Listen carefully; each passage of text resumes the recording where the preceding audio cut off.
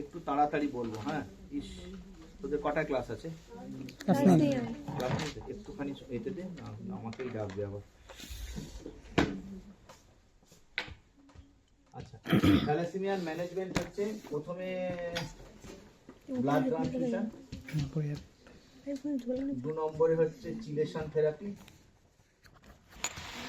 3 নম্বরে হচ্ছে সার্জারি, 4 নম্বরে হচ্ছে আদার ড্রাগস, 5 নম্বরে হচ্ছে জেনারেলাইজ থেরাপি, তার মধ্যে ডায়েট, লাস্টে হচ্ছে কাউন্সেলিং, তার আগে একটা ম্যানেজমেন্ট অফ কমপ্লিকেশন, আর একটা হচ্ছে মনিটরিং।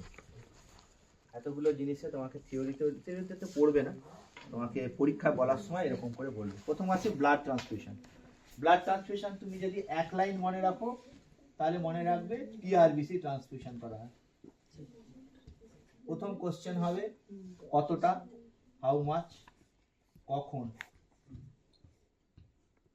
টিআরবিসি কখন ট্রান্সফিউজ করব, কি আইডিয়া? আচ্ছা, কিছু একটা ভ্যালুর নিচে বলছিস তো। আচ্ছা, আমি বলে দিই, এটা আগে লিখে রাখ। সেটা হচ্ছে মডারেট, হাইপার আর সুপার, তিনটে ট্রান্সফিউশন আছে। Moderate transfusion, hyper transfusion, super transfusion. বলবে কোনটা অ্যাকসেপ্টেবল, তোমরা কোনটায় করো? আমরা মডারেট করি। Moderate transfusion regime. Moderate transfusion regime মানে কি, এটা ভালো করে শুনবি। প্রি ট্রান্সফিউশন হিমোগ্লোবিন, আর এটা লিখে রাখবি হচ্ছে মিন হিমোগ্লোবিন। প্রি ট্রান্সফিউশন হিমোগ্লোবিন 9.5 থেকে 10.5 অথবা 9 থেকে 10.5। 9 থেকে 10.5 আমাদের দেশে, 9.5 হচ্ছে নেলসনের, ওদের দেশে 9.5। কি পরে আমি বলছি। এটাতে লিখে রাখ 10, এটাতে লিখে রাখ 12, এটা লিখে রাখ 12, এটা লিখে রাখ 12, এটা লিখে রাখ 14। এবার আমি আগে লিখে নে, তারপর আমি বলছি। তাহলে কি রেজিম আমরা ফলো করি? Moderate transfusion regime. তাকে বাংলায় কি বলে? Pre transfusion haemoglobin should B at least 9.5। বাংলায় হচ্ছে 9.5 এর নিচে চলে এলে আমি দিয়ে দেবো, ঠিক আছে? আমাদের দেশে 9 এর নিচে এলে দিয়ে দেবো, ওদের দেশে 9.5 এর নিচে চলে এলে আমি দিয়ে দেবো, ঠিক আছে? যারা রেঞ্জ করে তার মানে হচ্ছে 10এও আমি দিতে পারি। প্রি ট্রান্সফিউশন হিমোগ্লোবিন এই রেঞ্জে যদি পড়ে যায়, আমার কাছে একটা বাচ্চা এলো, তার হিমোগ্লোবিন 10.1, তুমি দেবে কি দেবে না? দিয়ে দেবো। 9.5 থেকে 10.5। টার্গেটেড মিন হিমোগ্লোবিন কত? মাস্ট বি মোর দ্যান 12, ঠিক আছে? হাইপার সেরকম ভাবে 12 আর 10, সুপার সেরকম ভাবে 12 আর গ্রেটার দ্যান 14। এইগুলোর সমস্যা হচ্ছে আরো রিপিটেডলি ব্লাড ট্রান্সফিউশন করতে হয় বারবার। আমাদের দেশে গরিব লোক, সেরাম ফেরিটিন মেজারমেন্ট হবে না, হ্যাঁ, আরো চিলেশন থেরাপি লাগবে, বেসিক্যালি আয়রন ওভারলোডের চান্স বেশি, সেই জন্য আমরা এগুলো করি না। আমাদের কোনটা করা হয়? এইটা, ঠিক আছে? এইটা। নেক্সট হচ্ছে এটা কি কি পড়ানো হলো? থ্যালাসেমিয়া পেশেন্টের কখন দেবো। এর পরের কোশ্চেন আলাদা। পরের কোশ্চেন হচ্ছে ব্লাড ট্রান্সফিউশন শুরু করব কবে। তাহলে জানতে হবে থ্যালাসেমিয়া প্রেজেন্ট করে কখন। থ্যালাসেমিয়া প্রেজেন্ট করে usually second half of first year, মানে 6 মাসের পর। 6 মাসের পর থেকে শুরু করে। তাহলে আমার কাছে একটা 9 মাসের বাচ্চা এলো, যার একটু স্প্লিন প্যালপেবল ছিল, বা যার বাবা মার কেউ একজন কেরিয়ার ছিল, কোনো কারণে আমি 9 মাসের মাথায় তাকে এইচপিএলসি করতে দিলাম, 11 মাসের মাথায় এইচপিএলসি করতে দিলাম, জেনেটিক স্টাডি করতে দিলাম, দিয়ে তার থ্যালাসেমিয়া ডিটেক্টেড হলো। এই পেশেন্টকে আমি ব্লাড দেবো কি দেবো না? 9 হিমোগ্লোবিন এসছে, বলে দিই, চিন্তা করে কোনো লাভ নেই। সেটা হচ্ছে ডায়াগনোসিস কখন করছি, মোর দ্যান 18 মান্থ অথবা লেস দ্যান 18 মান্থ। লিখে দিই, ব্রেন কাজ করছে না, কেউ শুনছেও না, সবার ঘুম পেয়ে গেছে দুপুরবেলা। ডায়াগনোসিস যদি লেস দ্যান 18 মান্থ হয় আর গ্রেটার দ্যান 18 মান্থ। যদি লেস দ্যান 18 মান্থ হয় তাহলে অ্যাড ডায়াগনোসিস করে দেবো। অ্যাড ডায়াগনোসিস কখন করব? যদি ব্লাড ট্রান্সফিউশন ক্রাইটেরিয়া ফুলফিল করে ওই চার্ট অনুযায়ী, ঠিক আছে? যদি মোর দ্যান 18 মান্থে ডায়াগনোসিস হয় তাহলে আমরা ওয়েট করব যতক্ষণ না হিমোগ্লোবিন লেস দ্যান 7 হচ্ছে। কেন পরে বলে দিই, লিখে বেরো তারপরে বলি। এটা কি কোশ্চেন? কোশ্চেনটা হচ্ছে first blood transfusion in thalassemia patient. থ্যালাসেমিয়া পেশেন্টের প্রথম ব্লাড ট্রান্সফিউশনটা আমি কবে করব? First blood transfusion of thalassemia patient if diagnosed beyond 18 months, তার ক্রাইটেরিয়া হচ্ছে haemoglobin should be less than 7, আর if diagnosed less than 18 months then after confirmation of diagnosis if it main fulfils the moderate transfusion criteria. বোঝা গেছে? যদি 18 মাসের উপরে হয় তাহলে আমরা দেরি করব। কেন দেরি করব? মনের মধ্যে একটা আশা আছে যে তো দেরি করে ডায়াগনোসিস হচ্ছে, যদি এটা থ্যালাসেমিয়া ইন্টারমিডিয়া হয়, সেই আশায় বসে থাকবো, বসে থেকে লেস দ্যান 7 পর্যন্ত করবো। লেস দ্যান 7 এ করে নেবো, কারণ এরপরে কার্ডিওরেসপিরেটরি কম্প্রোমাইজ হবে, সেই জন্য 7 পর্যন্ত বসে থাকবো। আমি বোঝাতে পেরেছি কিছু? যদি 18 মাসের পরে ডায়াগনোসিস হয়, ধর 2 বছরে ডায়াগনোসিস হলো, 3 বছরে থ্যালাসেমিয়া, তখন মনের মধ্যে একটা আশা যে এটা অ্যাটলিস্ট বিটা থ্যালাসেমিয়া মেজর নয়, এটা ইন্টারমিডিয়া হতে পারে, তাহলে একটু ওয়েট করে বসে থাকি, দেখি কি হচ্ছে। বুঝতে পেরেছি? কিন্তু যদি 18 মাসের নিচে ডায়াগনোসিস হয় তাহলে বুঝবো কপাল খারাপ আছে, বিটা থ্যালাসেমিয়া মেজর আছে, বেশি ভেবে চিনতে লাভ নেই, ব্লাডটা দিয়ে দাও। কখন ব্লাড দেবো? যদি moderate transfusion regime criteria fulfil করে, 9.5 to 10.5 এর মধ্যে হলেই দিয়ে দেবো। বোঝাতে পেরেছি আমি? তাহলে এইটা কি কোশ্চেন? এটা হচ্ছে first transfusion in thalassemia patient, আর এটা হচ্ছে যেটা বারবার ট্রান্সফিউশন হচ্ছে তার। হয়ে গেল। নেক্সট হচ্ছে কি দেব? পিআরবিসি দেব। কি রকম পিআরবিসি দেব? স্পেসিফিক্যালি কি দেব? পিআরবিসি। কি রকম পিআরবিসি দেব? লিউকো ডিপ্লিটেড পিআরবিসি বা নিওসাইট। লিউকো ডিপ্লিটেড মানে কি? ডব্লিউবিসি নেই। ডব্লিউবিসি নেই, তাহলে ডব্লিউবিসি থাকলে কি হতো, আর কাকে বলে ডব্লিউবিসি নেই, তাই তো? এটা ভালো বললে মনে রাখবেন, তাহলে ব্রেনের মাথা খারাপ করবে না। যদি পার প্যাকেটে লেস দ্যান 1 × 10⁶ ডব্লিউবিসি থাকে পার প্যাকেট, একটা প্যাকেটে, তখন সেটাকে বলা হয় লিউকো ডিপ্লিটেড ডব্লিউবিসি। এটাই ডব্লিউএইচ এর ক্রাইটেরিয়া, লিউকো ডিপ্লিটেড ডব্লিউবিসি। ডব্লিউবিসি বেশি থাকলে ক্ষতি কি আছে?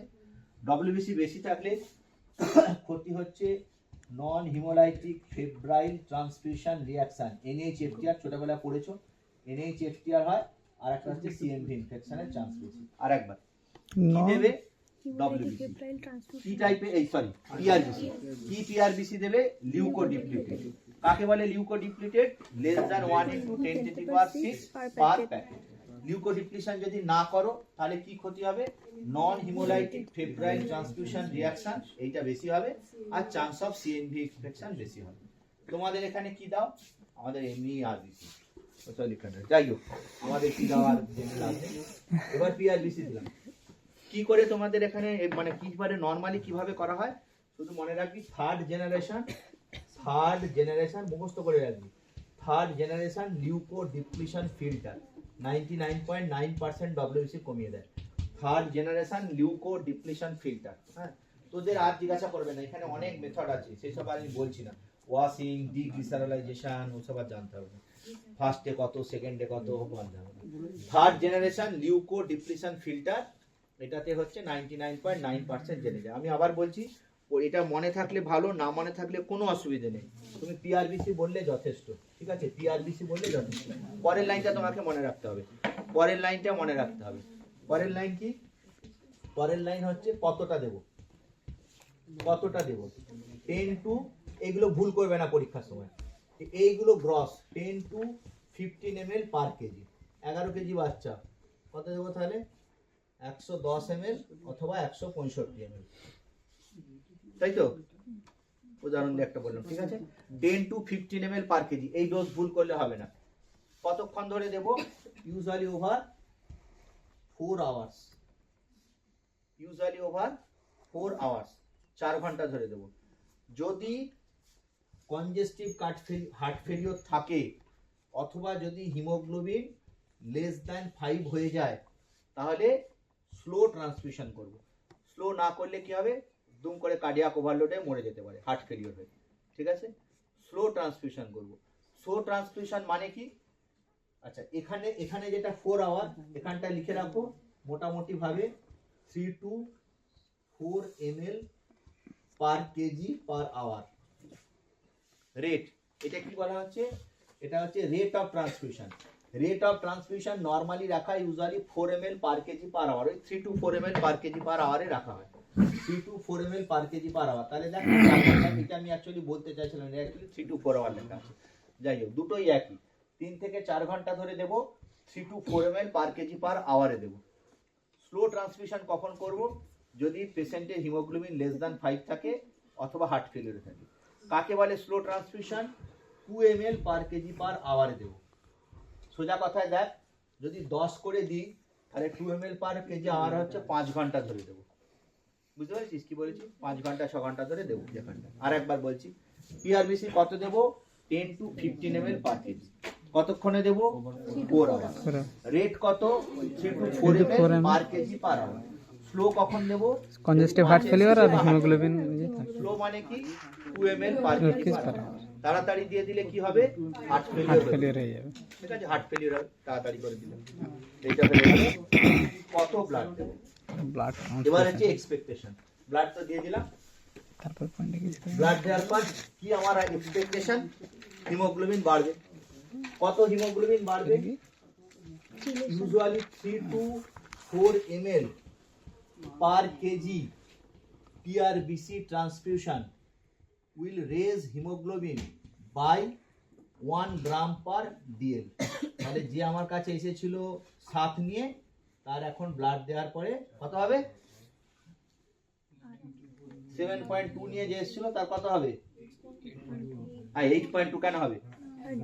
এটা 3 to 4 ml per KG PRBC দিলে একবারে আমি দিচ্ছি কত করে? 10 থেকে 15 করে তো। তাহলে 3 না অন্তত 3 বাড়বে, তাহলে 10.2 হবে। বোঝাতে পারিনি কিছু? বোঝাতে পেরেছি? সেটা হচ্ছে কতটা ব্লাড দিলে হিমোগ্লোবিন কত বাড়বে। তবে তো আমি বলবো যে আমি ব্লাড দিয়েছি নাকি দিইনি কিছুই তো বুঝতে পারবো না। অ্যাডাল্টের ক্ষেত্রে এমসিকিউ আছে, অ্যাডাল্টের 1 ইউনিট লিখে রাখবে, এটা এমসিকিউ আছে, আমাদের লাগবে না। 1 unit of whole blood cell 1 gram বাড়ায়। আমাকে 1 প্যাকেট ব্লাড দিয়ে দিলে আমার হিমোগ্লোবিন 1 বাড়বে। হয়েছে? অ্যাডাল্টের কথা বলছি, পেডিয়াট্রিক্স না। অ্যাডাল্টে 1 প্যাকেট হোল ব্লাড দিলে হিমোগ্লোবিন 1 বাড়বে। তাহলে তোকে ব্লাড রিকুইজিশন করতে বলো স্যার, যে পেশেন্টের প্যালার আছে তুই তোর ব্লাড দিয়ে দে। কটা ব্লাড রিকুইজিশন করবি সেইটা হিসেব করবি। তোকে 7 এর উপরে তুলতে হবে। রোড ট্রাফিক অ্যাক্সিডেন্ট হয়েছে, যা ব্লাড আনতে দিয়ে দে। তুই করে দেখলি 4, তাহলে তোকে অন্তত 3টে পিআরবিসি বা হোল ব্লাড আনিয়ে রাখতে হবে। বুঝতে পেরেছিস আমি কি বলেছি? কারণ 7 এর উপরে তুলতে হবে তোকে। এই 7 এর উপরে আবার কন্ট্রোভার্সি আছে, এখন 7 এর উপর তোলে না, পেডিয়াট্রিক্সে 5 তোলে, সেসব আমি বলছিলাম বাদ দে। তাহলে সোজা কথায় একটা প্যাকেট ব্লাড দিলে একবার। পেডিয়াট্রিক্সে কি নিয়ম? 3 to 4 ml per KG PRBC. ওখানে ছিল হোল ব্লাড, আমরা হোল ব্লাড দিই না, হোল ব্লাড রেয়ারলি দেওয়া হয়।